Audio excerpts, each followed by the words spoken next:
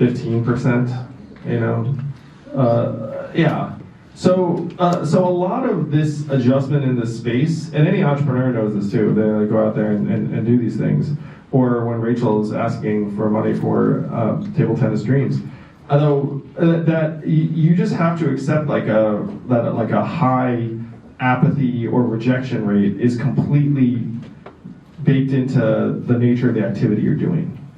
And that's an extraordinary adjustment. If, for example, your main jam was getting A's in school. Because you're getting A's in school and you get 95%, you're like, okay, cool, I can get everything right. By the way, my older son is like this, where you put him in an environment where all of a sudden he's getting 50% right. He's like, oh, I hate this, I don't want to do this. And you're just like, come on, like, you know, you'll get better. He's like, no, don't like. My mom tells me I was like that as a kid too, where like I was like, oh, I'm bad at this, so I'm out. When I got older, I did a bunch of things that I was objectively probably not great at, but then like you get better and better, and you start. One of the reasons I love entrepreneurship so much, or fundraising on a good day, or maybe running for office, and not may or may not apply, is that I disliked being in environments where you're not allowed to make any mistakes or get more than 5% wrong. You know, like I liked being out raising money for my nonprofit. It's like, hey, you want to give me money for this great organization? And they say no. It's like, yeah, it's fine. I don't care. Like, do you want to give me money?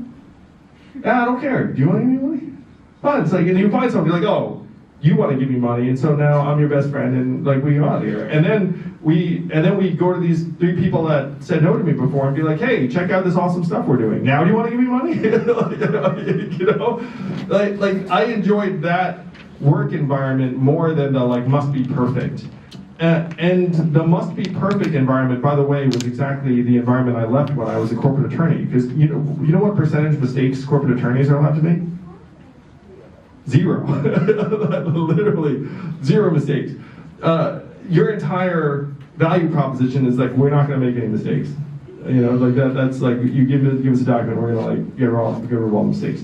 And I was naturally just not a perfectionist. So which is sort of ironic, because I was like more or less an A student and the rest of it, but like I just didn't want to be a perfectionist in my working life. And so I managed to find a space where I'm allowed to get a 20% hit rate and still be very successful. Does that make sense to you all? If you get a 20% hit rate, Sammy, you'll be the greatest spiritual leader that any of us have ever seen. You know what I mean? Like that would be awesome. Yeah, like don't be afraid to make mistakes. That's where you grow and learn. Yeah, so there's been a lot of adversity, I think, at every level of my career. But now, yeah, and part of it too is like I wanted there to be enough swings. This is another thing. Is like, let's say I'm an entrepreneur and I start a company, takes me 5 years. I start another company, takes me 5 years. I start another company, takes me 5 years. How many of those companies do I need to work in order to be fine? Any one of them, really, you know what I mean? So like, let's say, and I will say in my career now, I've attempted like a number of very significant things. Some have succeeded, some have failed, some have been in between.